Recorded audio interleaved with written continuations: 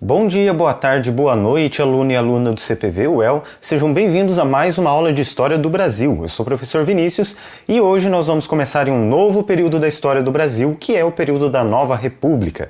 Nossa primeira aula sobre esse período, que é o tema da unidade 21 da nossa apostila 3.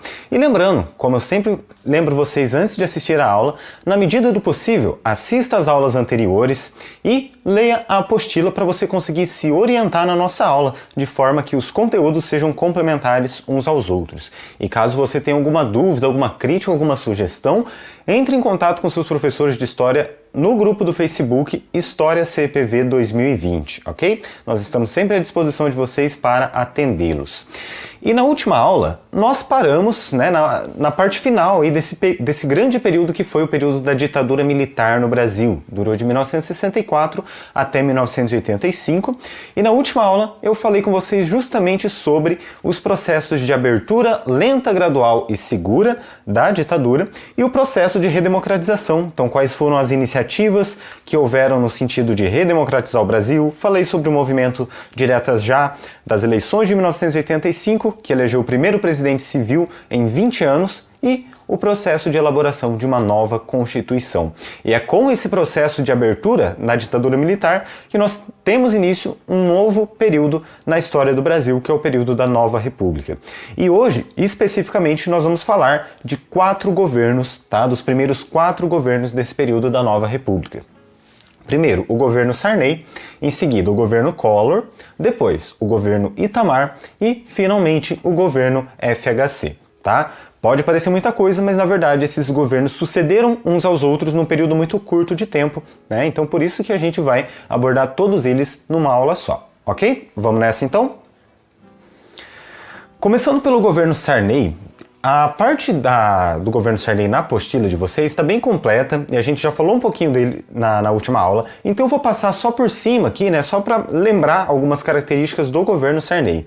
Ele governou em um período de intensas crises econômicas e políticas. Ele elaborou 2 planos econômicos, né, o Plano Cruzado 1 e 2, para tentar resolver a situação econômica difícil que o Brasil passava, e que era baseado no congelamento de preços e nos aumentos salariais, né? Ou seja, a partir desses planos, os preços dos produtos nos supermercados eles foram forçadamente congelados, foram estagnados, ao mesmo tempo em que o governo promovia um aumento salarial. Isso teve como consequência escassez de produtos básicos nos supermercados, né? Porque as pessoas passaram a ter salários melhores, preços menores, e isso levou a uma escassez e não resolveu essas crises econômicas e políticas. Portanto, nesse período do governo Sarney, a inflação está praticamente fora do controle no cenário econômico. Além disso, é um governo que o tempo todo ele governou com a sua popularidade em baixa e muito manchado por denúncias de corrupção. No entanto, foi durante o governo Sarney, né, como eu lembrei vocês na última aula também, que foi promulgada uma nova Constituição para o Brasil e uma Constituição que previa a realização de eleições no ano de 1989. Então, a gente chega no ano de 1989 e nós temos a seguinte situação. A sociedade brasileira está frustrada com a situação política e econômica que o país está passando. Assim, as eleições de 1989, elas apresentam mais ou menos 20 candidatos na disputa, só que apenas alguns deles vão se destacar. O primeiro deles é o Fernando Collor, que é um político de Alagoas, que ele começou a ganhar fama por causa de um discurso moralista, um discurso anticorrupção, né? Então, a gente já vai ver algumas imagens dele, vamos falar um pouquinho do governo dele, mas ele começou a subir nas pesquisas por conta desse discurso moralista, desse discurso anticorrupção, né? Dizendo, eu vou chegar no poder, eu vou acabar com os privilégios no Brasil, eu vou acabar com a corrupção. Enfim, ele começou a crescer no poder nas pesquisas por conta disso.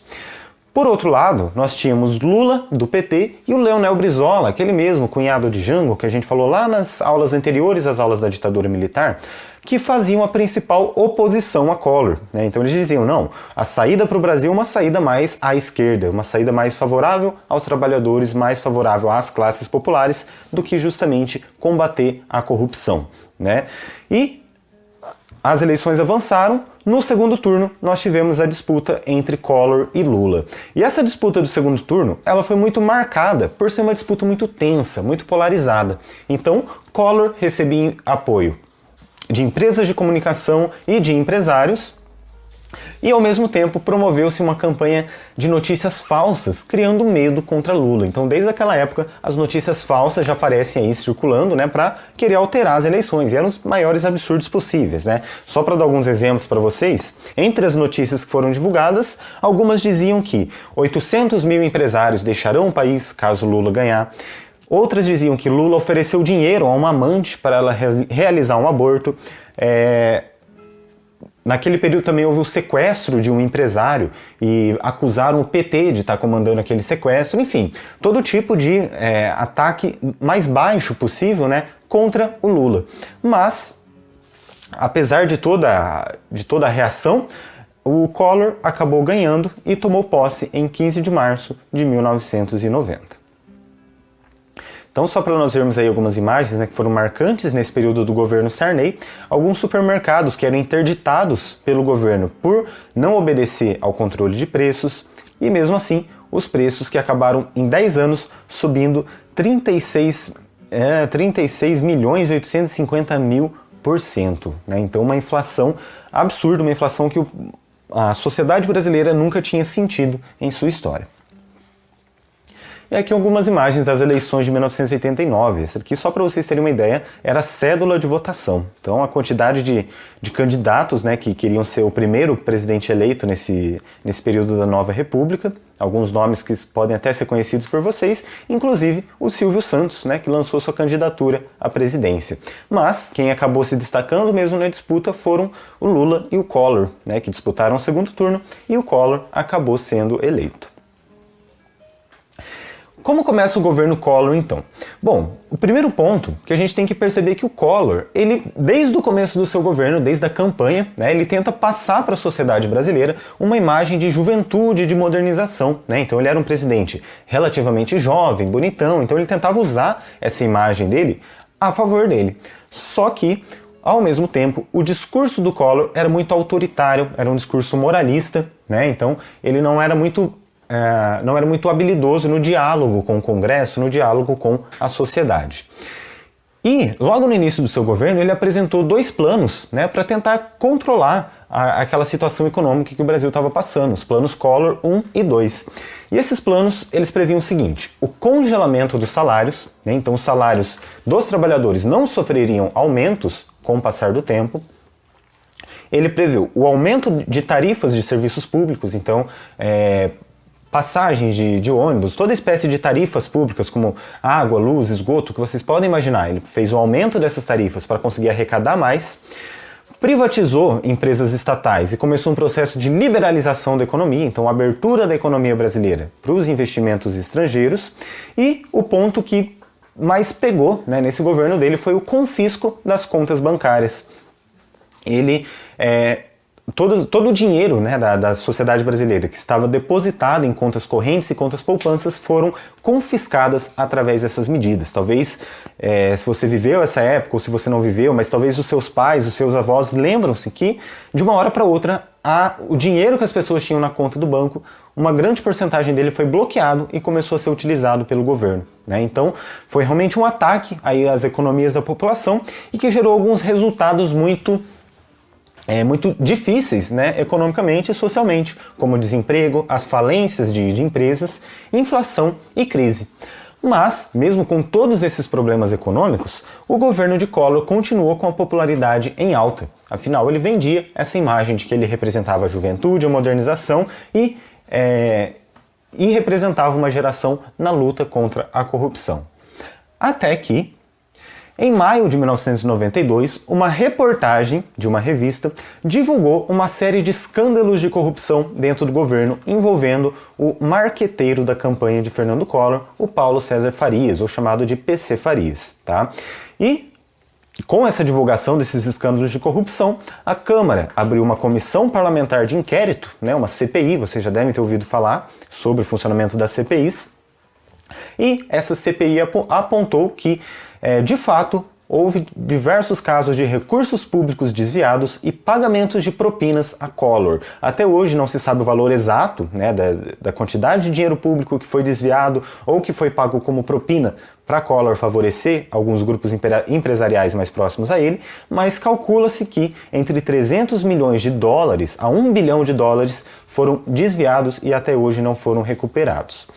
E bom, com esse resultado, a Câmara abriu um processo de impeachment contra Collor e a sociedade saiu às ruas para pressionar pela deposição de Collor. Então, foi os famosos protestos dos cara pintadas, né, aqueles jovens que saíram às ruas pintando o rosto com as cores da bandeira nacional, utilizando roupas pretas também, né, porque o Collor, quando foi acusado de corrupção, ele fez um discurso pedindo para toda a população sair às ruas com camisetas verde e amarelo e no outro dia, a população saiu às ruas com camisetas pretas em protesto à corrupção no governo Collor. Em 31 de dezembro de 1992, no dia em que o Senado ia votar o impeachment, o Collor renunciou ao governo e o Itamar Franco, que era o seu vice, acabou assumindo a presidência. Então, mas, né, mesmo assim, Collor teve os seus direitos políticos cassados por 8 anos. Alguns anos depois, mais especificamente em 2006, ele foi eleito senador por Alagoas, mas aí já é outra história. Então aqui só pra gente ver algumas imagens do governo dele, né? Ele tentava sempre se mostrar como um presidente descolado, um presidente esportista, né? A cara da juventude, mas ao mesmo tempo ele promoveu uma série de medidas econômicas, como o bloqueio do dinheiro nas contas bancárias, que desagradou profundamente uma grande parcela da população.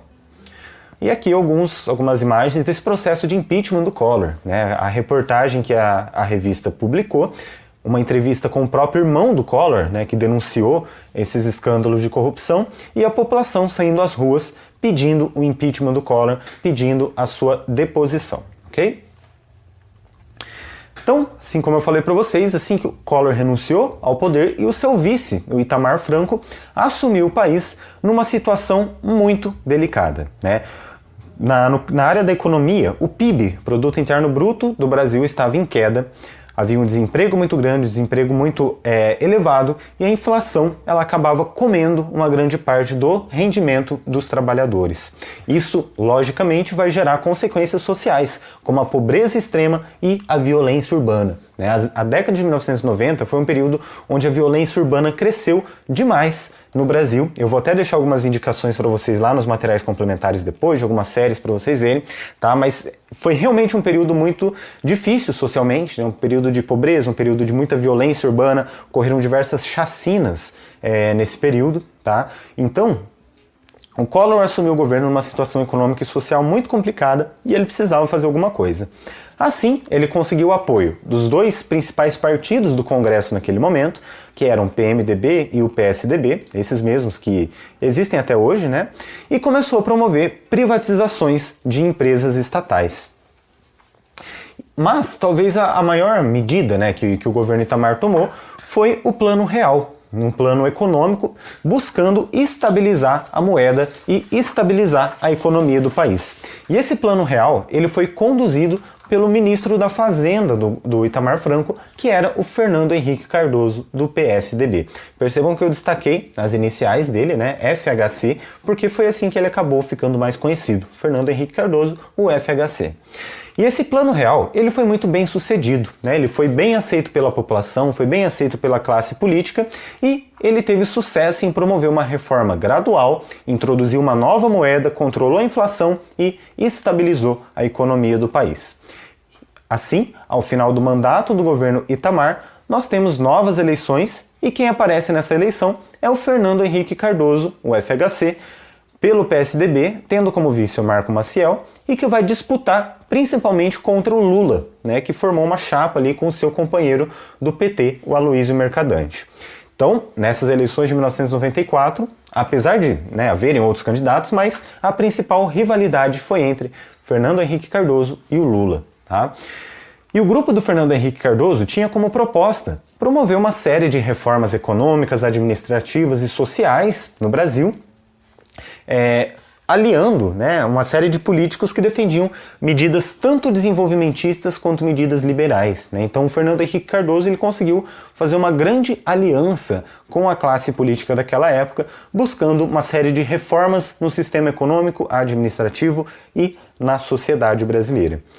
Por outro lado, a campanha do Lula pelo PT focou em atacar o Plano Real, né? Então o discurso do PT nesse momento, nessa campanha, foi muito batendo em cima de dizer que o Plano Real não ia dar certo, que o Plano Real seria prejudicial à sociedade, e ele focou menos nas propostas de governo, né? E isso foi muito prejudicial ao PT, porque ele também enfrentava uma grande rejeição por parte da classe média e por parte da elite brasileira. Então, como as previsões do PT não se confirmaram, o Plano Real realmente foi um sucesso, o Plano Real realmente alavancou o governo do FHC, ele acabou vencendo as eleições no primeiro turno com 54% dos votos.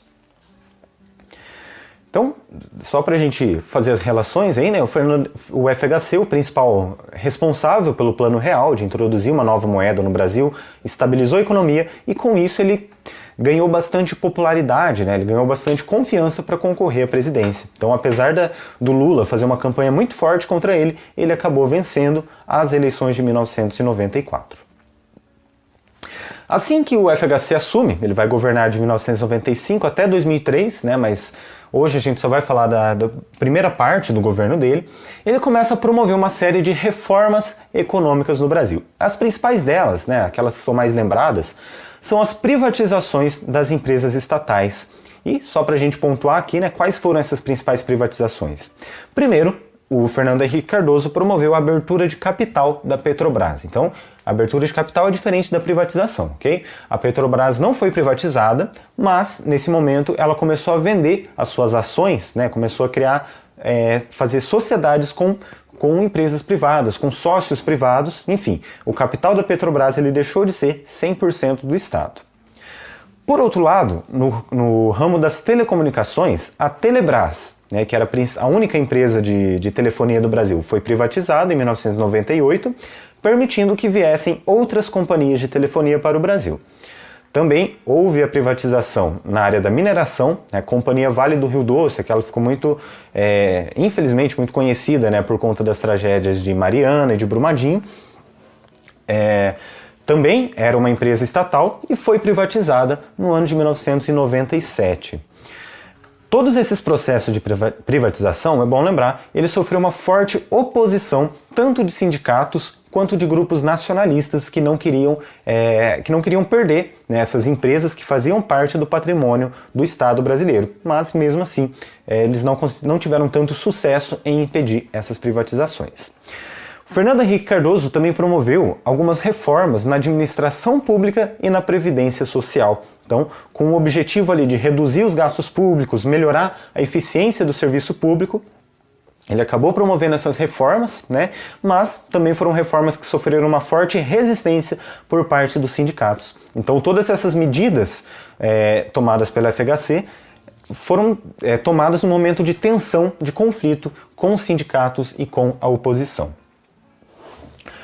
Outras reformas que o FHC promoveu também se deram na área política, né? Ele aprovou uma emenda constitucional que permitisse a reeleição dos presidentes. Em 1988, a Constituição ela não previa reeleição, ela previa que os presidentes só poderiam ter um mandato, né?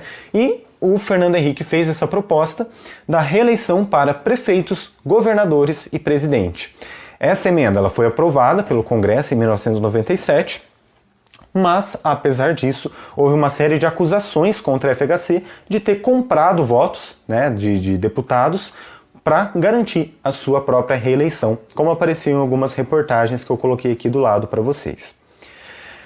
E na área econômica, apesar de todas as reformas que a FHC promoveu e apesar do relativo sucesso, né, do Plano Real, houve pouco crescimento na economia e a economia brasileira foi abalada por uma série de crises internacionais. Essas crises levaram a uma série de quebra em bancos, privatização de bancos estaduais Então, essa economia do governo FHC no primeiro mandato, ela acabou não tendo grande sucesso, né? O desemprego acabou crescendo e tudo mais, mas o FHC ele ainda tinha muita popularidade por conta de ter controlado a inflação com o Plano Real. E a questão da privatização dos bancos estaduais, ela é muito conhecida, né? Talvez você não viveu nessa época, mas seus pais, seus avós podem lembrar, que haviam muitos bancos públicos que pertenciam a estados, né? Então aqui no Paraná, a gente tinha o Banestado, né, que era um banco do governo do Paraná, várias pessoas tinham contas nesse banco, mas que durante esse período aí do governo FHC, ele acabou sendo privatizado. Então, houve bastante casos assim em todo o país. Então, só para nós vermos algumas imagens, né, aqui uma notícia de jornal falando da privatização das companhias telefônicas e os protestos contra a privatização, principalmente da Vale, né? O principal argumento da oposição é que essas empresas estatais elas pertenciam ao povo, né? Pertenciam à população, e se a gente vendesse ela para um grupo privado, a gente deixaria, né, de obter esses rendimentos, esses lucros que essa empresa poderia trazer para o país. Por hoje, nós vamos ficando por aqui, mas para a gente não ficar só no conteúdo, né, vamos ver algumas coisinhas que a gente pode refletir com base no que nós vimos nessa aula. Então, a gente pode refletir primeiro sobre os limites do discurso moralista e contra a corrupção. Então, é algo que a gente vê em todas as eleições, né? Sempre aparece ali um candidato que fala, eu vou lutar contra a corrupção, eu vou acabar com a corrupção no país, principalmente algo que a gente está vendo bastante agora no período de eleições, né? Mas qual que realmente é o alcance, né? Qual que é a eficácia desses discursos? Realmente, será que a corrupção é mesmo o maior problema do Brasil? Ou ela é só resultado de algum problema ainda maior que a gente tem, como a desigualdade social, por exemplo, como a falta de democracia? Enfim, algo que a gente pode pensar. Também sobre a relação entre o anticomunismo e o antipetismo. A gente já viu em algumas aulas anteriores como que o anticomunismo ele era muito forte dentro da sociedade brasileira, né? E hoje esse anticomunismo, de uma certa forma, ele também se traduz no antipetismo. Então, qual que seria o papel que essas ideias têm no jogo político, no debate político? E, finalmente, nós podemos pensar também sobre o papel que as notícias falsas exercem nas eleições. A gente viu, né, que não é de hoje que essas notícias falsas elas aparecem aí em períodos de eleição, em períodos de campanha, para tentar afetar, para tentar alterar de alguma forma a corrida eleitoral, os resultados que a gente encontra por aí, né? Então, 3 pontinhos aí para vocês levarem para pensar. E na próxima aula nós temos mais um encontro marcado para a nossa penúltima aula de História do Brasil, né? Infelizmente, já estou ficando com saudades, mas na próxima aula a gente finaliza esse conteúdo falando de FHC, dos governos de FHC e de Lula, né? Ainda o tema da unidade 21 da nossa apostila 3, e na última semana eu vou ter uma surpresa para vocês, mas que eu vou deixar para anunciar na nossa próxima aula. Até lá, confiram os materiais complementares que eu vou deixar em PDF para vocês, resolvam os exercícios e se tiverem dúvidas, críticas, sugestões, mandem sua mensagem para nós através do grupo História CPV 2020, ok? Também não saiam daí sem escutar a nossa música de encerramento. Como hoje nós falamos bastante dos anos 1990, falamos da situação de desigualdade, de violência no Brasil, nada melhor do que nós terminarmos essa aula com uma música do Racionais MCs, né, que começou a ganhar sucesso, começou a crescer nessa época e que eu escolhi justamente por falar bastante para nós sobre esse momento que nós estudamos. Então, fiquem agora com outros 500 de Racionais MCs. Até mais e até a semana que vem.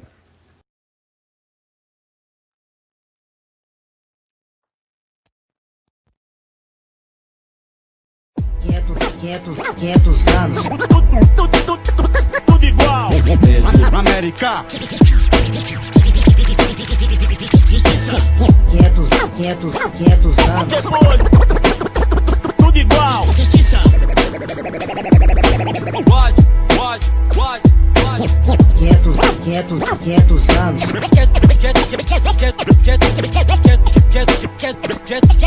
Jesus está por vir, mas o diabo já está aqui. 500 anos o Brasil é uma vergonha. Polícia fuma pedra, moleque fuma maconha. Dona Cegonha entrega mais uma princesa. mais uma boca com certeza que vem à mesa, onde cabe um, dois, cabe três. A dificuldade, entrar em cena outra vez. Enquanto isso, playboy folgado, anda assustado, deve tá pagando algum erro do passado. Assalto, sequestro, é só o começo. A senzala avisou, Mauricinho hoje paga o preço. Sem adereço, desconto ou perdão. Quem tem vida decente não precisa usar o então. Pelo amor de Deus, pelo amor de Deus, pelo amor de Deus. É, doutor, seu Titanic afundou. Quem ontem era caça, hoje pá, é o predador. Que cansou de ser o ingênuo, humilde e pacato. Empapuçou, virou bandido e não deixa barato. Se atacou e foi pra rua buscar. Confere se não tá abrindo o seu frigobar. Na sala de estar, assistindo um DVD. Com a sua esposa de refém esperando você.